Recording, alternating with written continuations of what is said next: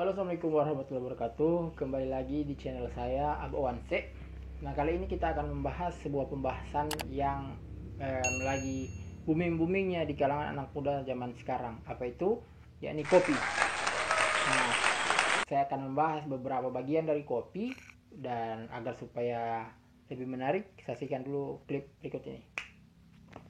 Kopi adalah minuman yang sangat disukai oleh sebagian besar masyarakat yang ada di dunia. 1 dari 3 orang menyukai kopi.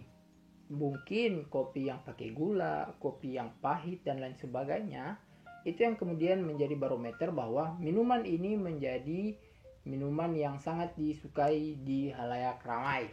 Cinta kopi pada dasarnya menyukai kopi, baik dia minum pagi hari, siang hari, ataupun malam.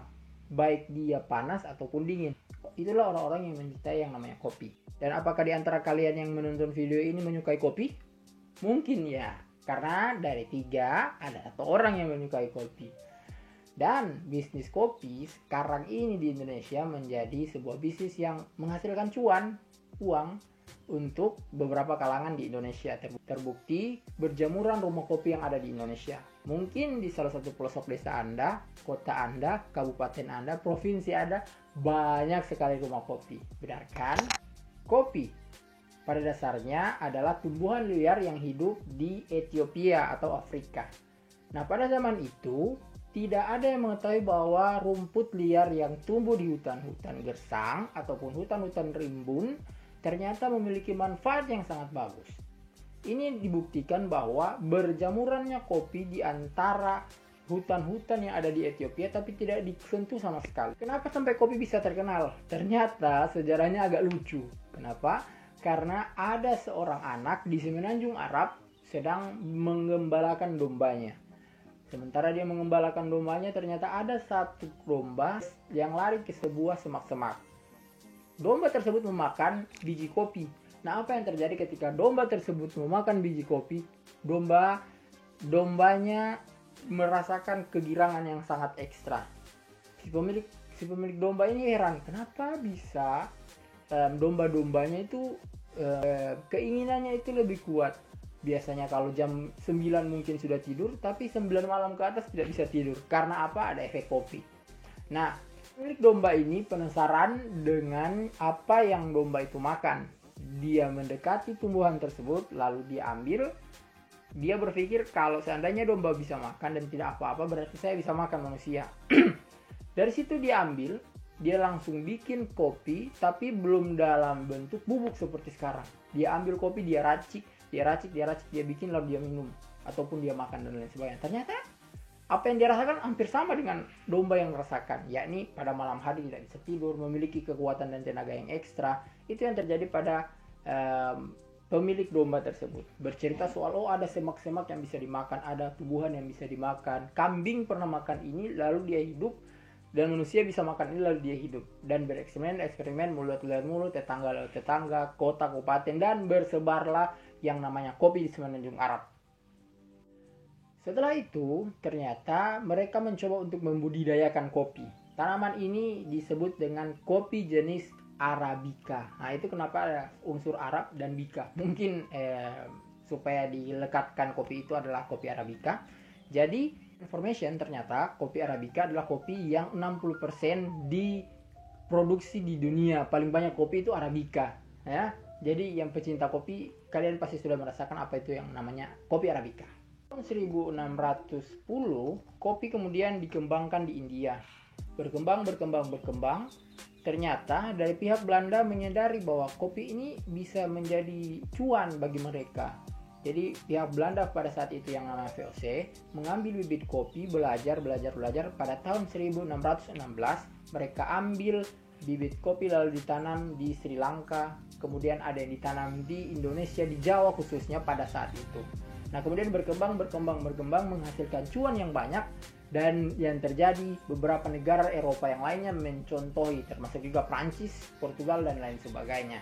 Itu yang kemudian menjadi barometer bahwa kopi ini ternyata tidak cuma disukai oleh orang-orang Arab pada dasarnya, tapi juga disukai oleh semua orang yang ada di dunia pada intinya sekarang ini. Karena terbukti lagi-lagi 1 dari 3 orang menyukai kopi. Kata kopi berasal dari bahasa Arab. Kob, gahwah. Nah, saya salah sebut, bisa dikoreksi ya, karena saya tidak terlalu fasih mengucapkannya. Nah, kemudian disadur dalam bahasa Turki yang disebut kahve. Kahve. Bahasa Turki itu kahve. Kemudian disadur lagi dalam bahasa Inggris yang disebut coffee. Dan disadur lagi dalam bahasa Belanda kafe. Dan disadur lagi oleh bahasa Indonesia menjadi kopi. Kopi, ejaannya KOPI. Itu dari zaman ke zaman berbeda fungsinya. Pertama kopi, kalau dulu pertama kali kopi dibuat, mereka tidak langsung minum, tapi diolah menjadi makanan. Iya, makanan. Diambil kopi, kopi gandum dan dicampur. Cik. Itu kita bisa lihat di beberapa suku yang ada di Afrika. Sampai detik ini mereka melakukan hal tersebut. Nah, kemudian beralih zaman, kopi menjadi minuman pengganti anggur. Kita tahu bersama bahwa anggur adalah minuman yang diekstrak untuk menjadi minuman. Buah yang diekstrak untuk menjadi minuman. Nah, ini yang kemudian yang menjadi barometer untuk kopi diekstrak dan menjadi sebuah minuman. Belum menjadi bentuk biji, belum menjadi bubuk ya, masih bentuk biji, tapi langsung dibikin bagaimana sampai jadi minuman pengganti anggur. Nah, selanjutnya kopi berubah menjadi obat. Nah, di abad-abad sebelum sekarang, kopi ternyata sudah diteliti bahwa bisa mengobati beberapa penyakit, termasuk termasuk migrain dan lain sebagainya. Bahwa pecinta kopi itu biasa mengatakan, oh, saya sakit kepala, mungkin butuh kopi.